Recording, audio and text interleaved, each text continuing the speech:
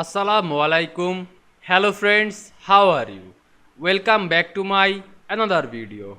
In this video, I am going to show you how to insert a heart shape in Google Docs. Let's get started. At first, you have to open your Chrome browser. Then open your Google Docs apps. Then create your document. Now you can see here are my document. Now I insert a heart shape in this document. At first, you have to go insert menu. Then you can see here a drawing option. Then click plus new.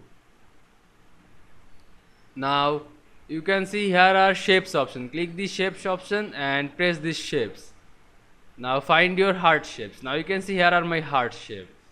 Now just draw your shape to press shift on your keyboard.